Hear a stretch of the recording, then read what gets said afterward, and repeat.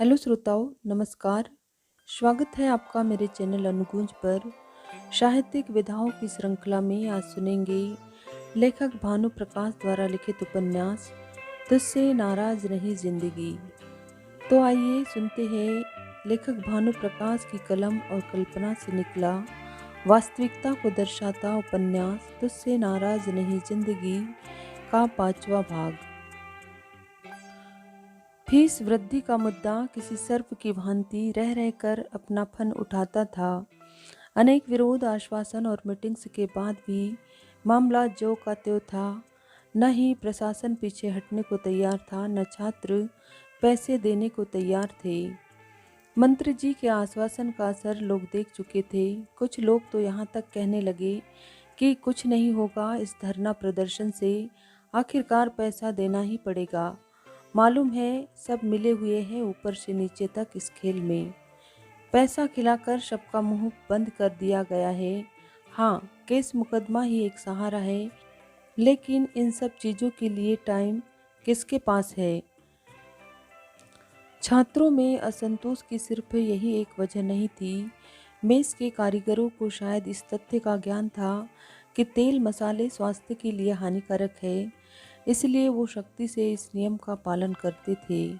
कटहल की उबली हुई सब्जी, पापड़ नुमा रोटी और पनियल दाल जब टेबल पर परोसी जाती तो हम लोग किसी संत की भांति पेट भरने के लिए निगल लेते। जीने के लिए खाना चाहिए, खाने के लिए नहीं जीना चाहिए, इस कथन को हमने आत्मसात कर लिया था। दूसरी वजह थी सुविधाओं का अभाव। कभी पानी नहीं, कभी जनरेटर फेल, शिक्षकों की गुणवत्ता से भी लोगों में नाराजगी थी। तो इतने दिनों से सुलगती चिंगारी हवा के एक झोंके से विस्फोट कर गई। उस दिन लोग नियत समय पर मेस पहुंचे तो ज्ञात हुआ कि खाना नहीं बना है। कारण मुख्य कारीगर भाग गया है काम छोड़कर। बौखलाए छात्र मेस इंचार्ज को ढूंढने लगे। देखिए क्या होता है, हम तो साहब को इन्फॉर्म कर दिए कि दो दो मिस्त्री भाग गया है, कुछ उपाय तो किया ही जाएगा, थोड़ा इंतजार कीजिए। सहमे हुए मेस इंचार्ज ने अपनी लाचारगी जताई, लेकिन जख्मी दिल छात्र किसी रियायत के मूड में नहीं थे। आधा घंटा के अंदर अगर हम लोगों को खाना नहीं मिला तो सोच लीजिए। अरे छोड़ो भाई, क्यों घटिया खाने के लिए जान दे रहे हो? चलो कहीं बाहर खा लेते हैं, एक सुझाव आया। नहीं, हम यही घटिया खाना खाएंगे और टाइम से खाएंगे। विद्रोह की जिद को कौन रोक सकता है?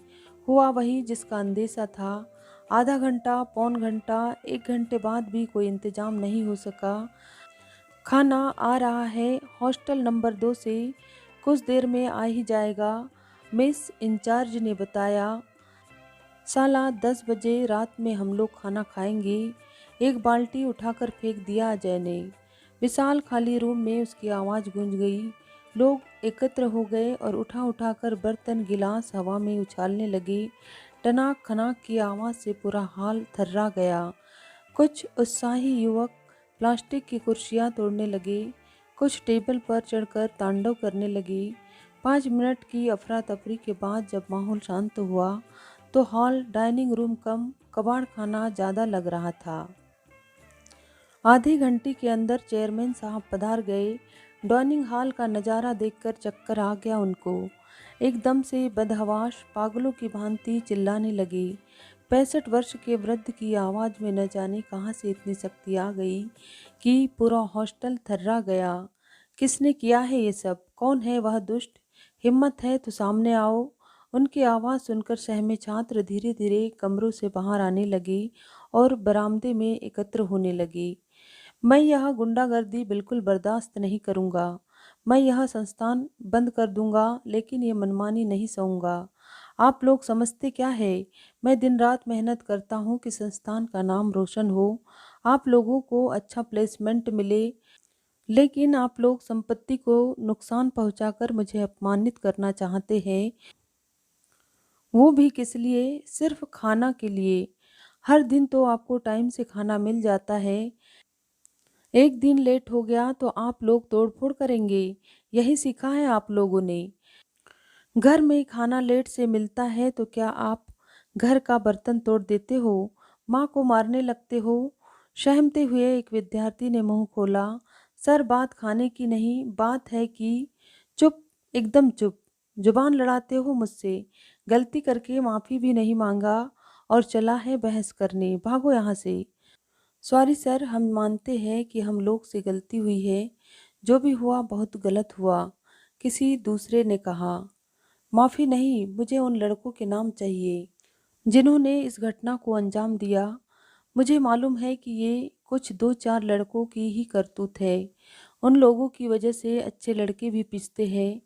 आप लोग उनका नाम बता दीजिए कल सुबह तक, अन्यथा मैं कॉलेज में साइन डाई अनिश्चितकालीन हड़ताल लगा दूंगा। गाड़ी से निकला हुआ धुआं और उड़ती हुई धूल अपने पीछे एक खामोशी छोड़ गई। स्तब्ध छात्र एक दूसरे का मुंह ताकते रह गए। जानने को तो सभी जानते थे कि गुनहगार कौन है, लेकिन बताने की हिम्मत या चाहत किसी में नहीं थी।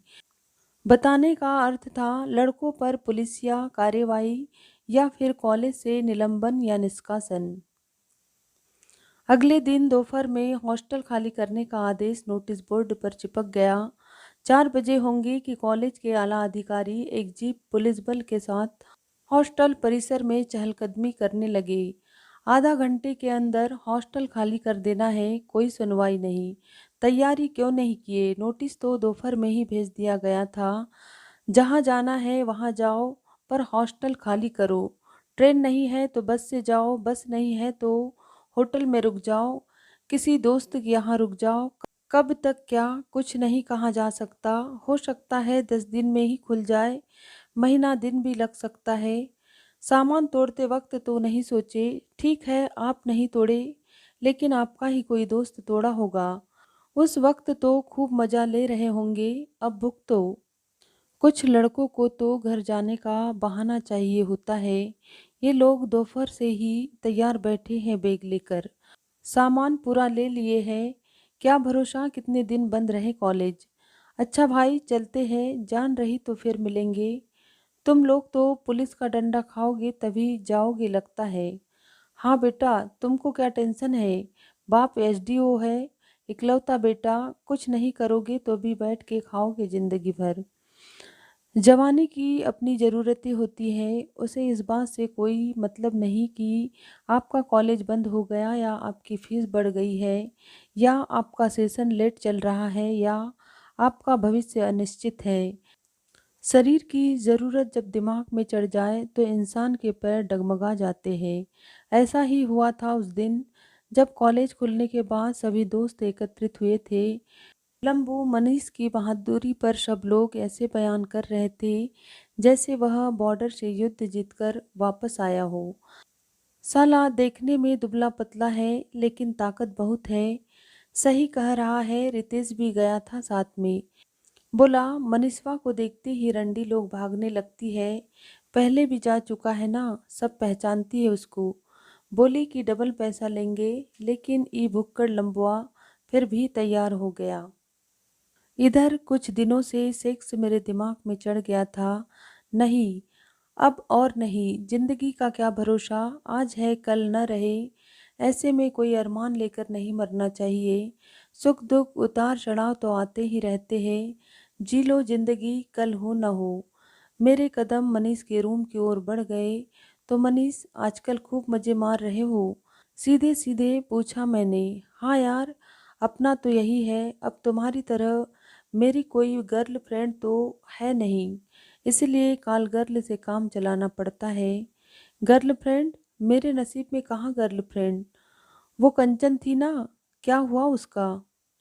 कंचन जहाँ थी वही है। मैं बहुत दूर हो गया हूँ उससे। सच ये है कि मैं उसे कभी समझ नहीं पाया। कभी लगता कि वह मुझ में इंटरेस्टेड है, तो कभी लगता कि ये मेरा भ्रम है। वह तो सभी से इसी अंदाज में बात करती है। एक बात बताता हूँ, इस बार वैलेंटाइन डे पर मैंने एक निश्चय किया कि आर या पार, जो भी हो बस क्लियर हो जाए। तो एक गुलाब का फूल बैग में रखकर मैं उत्साहित सा कॉलेज की ओर चला। अभी मैं गेट के पास पहुंचा ही था कि देखा कंचन एक कोने में खड़ी सिसक रही है। पूछा तो बोली, कुछ नहीं, बस ऐसे ही। जिद करने पर उसने बताया कि ब्रजेश आज मुझे फूल दे रहा था। ये लड़के थोड़ा सा हंस बोल कर बात कर लो तो समझने लगते हैं कि लड़की पट गई। इडियट्स। सबके दिमाग में खाली गंदगी भरी हुई है। इन्हें सिर्फ शरीर दिखाई देता है। एक लड़की में प्यार माई फुट झाड़ कर भगा दिया उसको। तो भाई ये कहानी है मेरे अधूरे प्रेम की। डर से मेरा गुलाब बेग में ही सूख गया।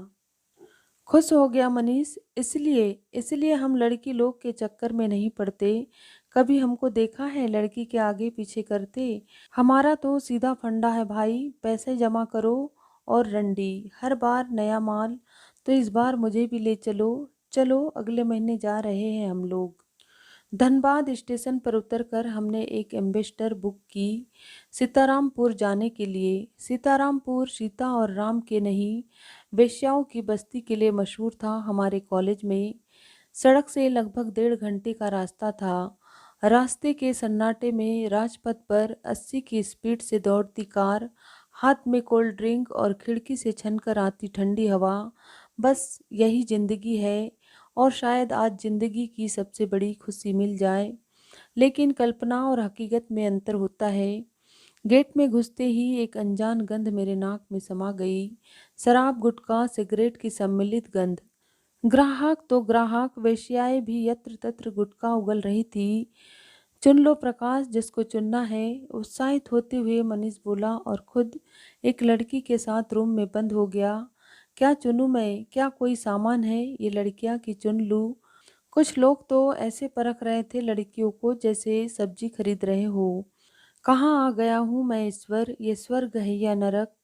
बनावटी हंसी, बनावटी सुंदरता, कृत्रिम लेपों से उम्र को छुपाती ये सुंदरिया। गंधे इशारे कर ग्राहक फंसाती। लेकिन इनका ये प्रयास मेरे मन में और विकर्षण पैदा कर गया।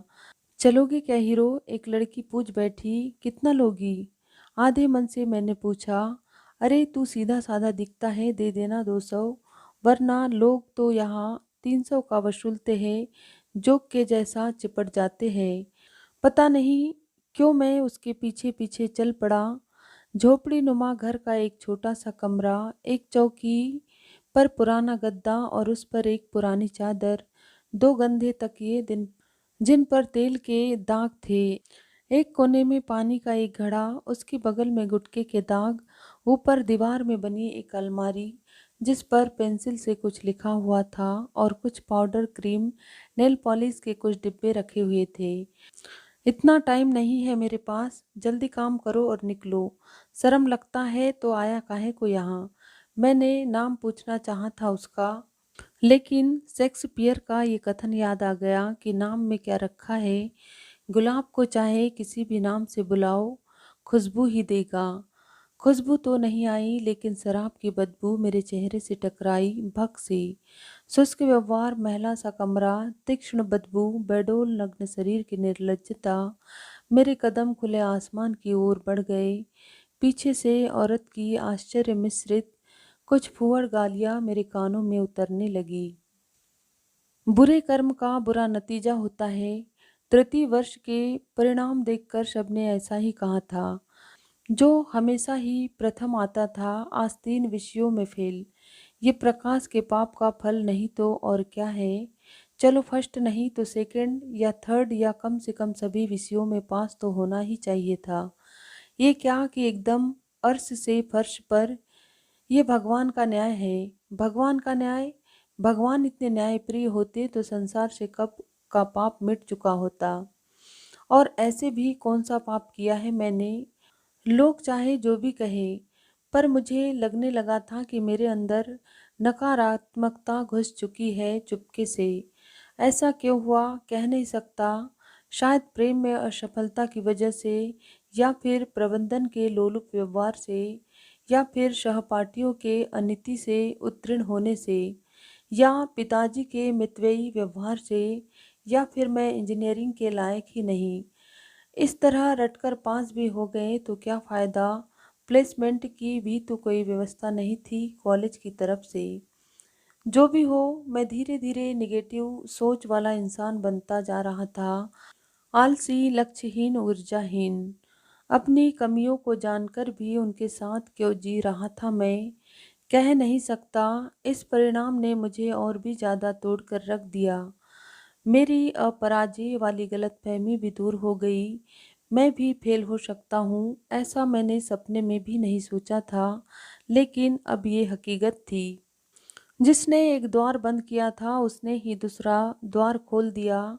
जब 2 महीने बाद पूरक परीक्षा की घोषणा हुई तो सेंटर का नाम देखकर छात्र तो जैसे पगला ही गए। यह कॉलेज मशहूर था अपनी दरियादिली के लिए। यहाँ लोग खुलेआम चोरी करते थे या कहीं की डकैती करते थे। चंदाखोरों का काम बढ़ गया। एक आपातकालीन मीटिंग बुलाई गई जिसमें घोषणा की गई, पूरा सेंटर मैनेज कर लिया गया है, मतलब आप खुलकर नकल कर सकते हैं, लेकिन किताब अंदर ले जाना मना है। आप एक दूसरे का हेल्प ले सकते हैं, चुटका ले जा सकते हैं या पतला कापी वगैरह मोड़कर ले सकते हैं, मतलब शरीर के अंदर जितना छुपा सकते हैं छुपा लीजिए। प्रिंसिपल के आने की खबर आपको पहले ही दे दी जाएगी, तो आपको सतर्क हो जाना है। बाकी आप लोग खुद ही होशियार है। पैसा मान कर चलिए कि एक विषय का 300 लगेगा। ज़्यादा है, एक बार फेल हो जाओगे तो पता चलेगा कि 300 ज़रूरी है कि पास होना।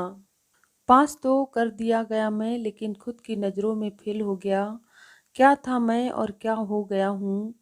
एक एक कर सारी बुराइयां घुस ही गई मुझ में।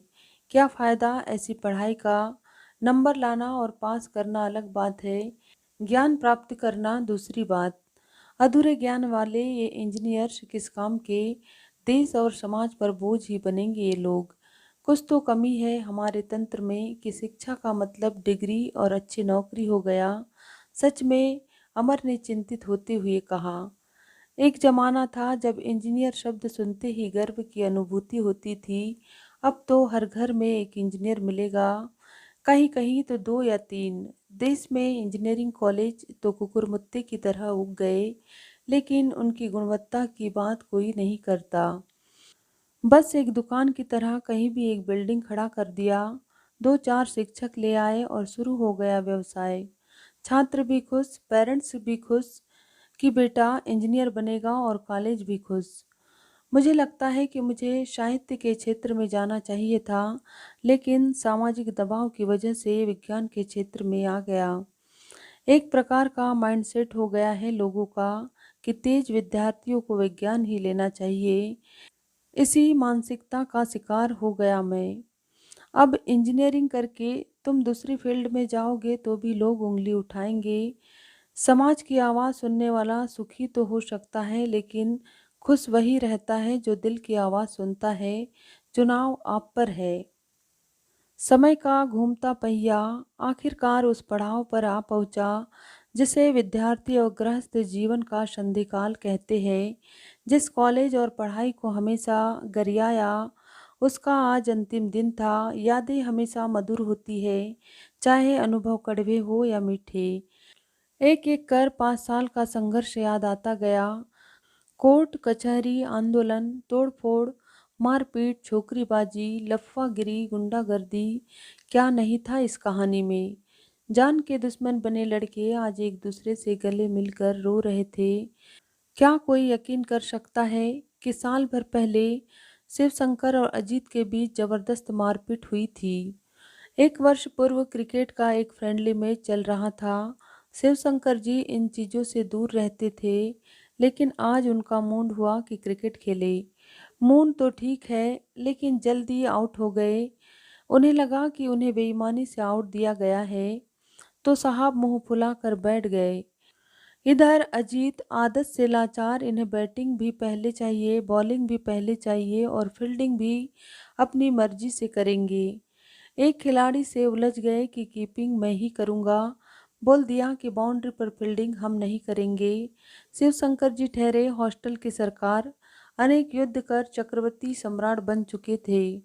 उनका ये हक था, वो अन्याय को रोके। मुंह फुलाए हुए वो सारा अनर्थ देख रहे थे। झट से दीवार से नीचे कूद गए और अजित की गर्दन पकड़ ली। बहुत देर से देख रहे हैं तुमको, सब रंगबाजी झाड़ देंगे यहीं पर। अब कोई अकेले में किसी को गाली दे दे तो अलग बात है, समाज के बीच में तो अपनी इज्जत बचानी ही पड़ती है। हल्के विरोध के स्वर में अजीत बोला, तुम काहे बीच में टांग घुसेड़ रहे हो? अपना काम करो ना। बस फिर क्या था, शिवशंकर जी ने एक बेट उठाया और अजीत को बाल समझकर मारने लगे। जल्दी आउट होने के कारण उनकी जो ख्वाहिशें अधूरी रह गई थी, अजीत को मारकर पूरी कर ली। ताबड़तोड़ चौके छक्के लगा डाले। अजीत बस कराहते हुए, ठीक नहीं होगा और भुगतोगे, याद रखना, मुंह से निकालते रहे। और आज देखिए कि दोनों साथ में फोटो खिंचवा रहे हैं। ये समय की ही बात है कि आज समय भागता हुआ सा लग रहा है। सबने हमेशा बस यही चाहा था कि किसी तरह यहाँ से डिग्री मिल जाए और जान छूटे। लेकिन आज लग रहा था कि काश ये वक्त थम जाए कुछ देर और दोस्तों के साथ। फिर न जाने तुम कहाँ और हम कहाँ। लगता है आज बातों की कमी हो गई है। अपने अपने विचारों में डूबे सब छत निहार रहे हैं। बड़बड़ करने वाले अनीस को भी कोई बात नहीं मिल रही है। गला खकारते हुए अजय बोला, कितने बजे की गाड़ी है तुम्हारी झाजी? 10 बजे। और फिर एक चुप्पी। अरे छोड़ो यार ये मनहूसियत। सब ऐसे बैठे हैं जैसे कोई मर गया है। जिंदगी भर क्या कॉलेज में ही रहोगे? 5 साल तो साथ रहे ही, अब और कितना रहोगे?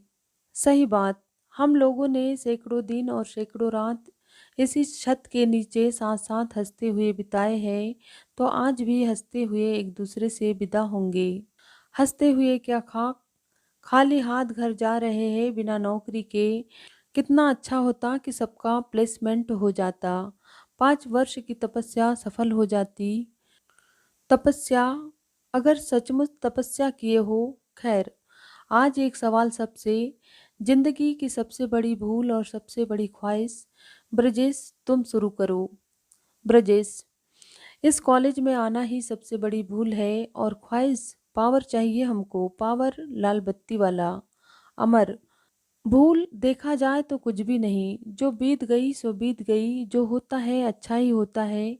जहाँ तक ख्वाहिश की बात है तो जियो और जीने दो, यही मेरा आदर्श है।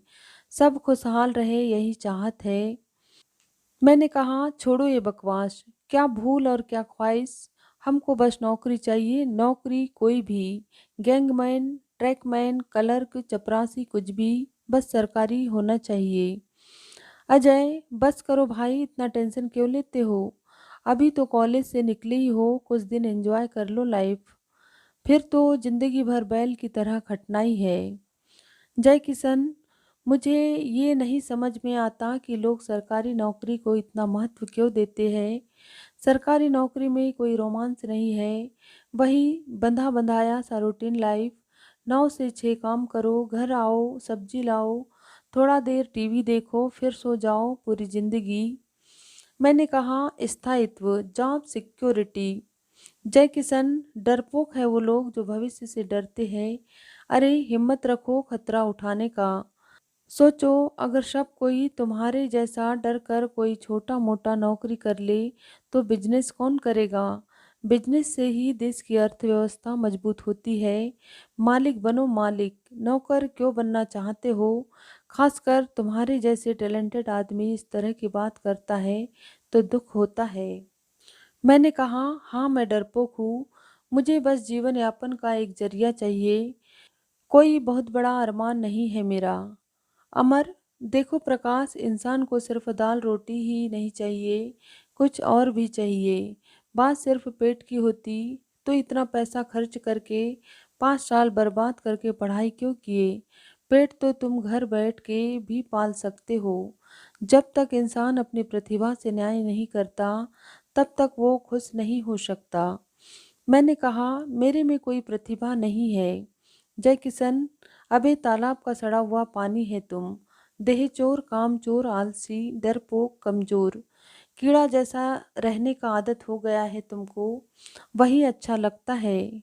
मैंने कहा, शुक्रिया इतनी तारीफ के लिए, और कुछ? जय किशन, मेरा सर। धन्यवाद श्रोताओं। तो ये थी तुझसे नाराज नहीं जिंदगी उपन्यास में कॉलेज स्टूडेंट्स की कॉलेज लाइफ की कहानी।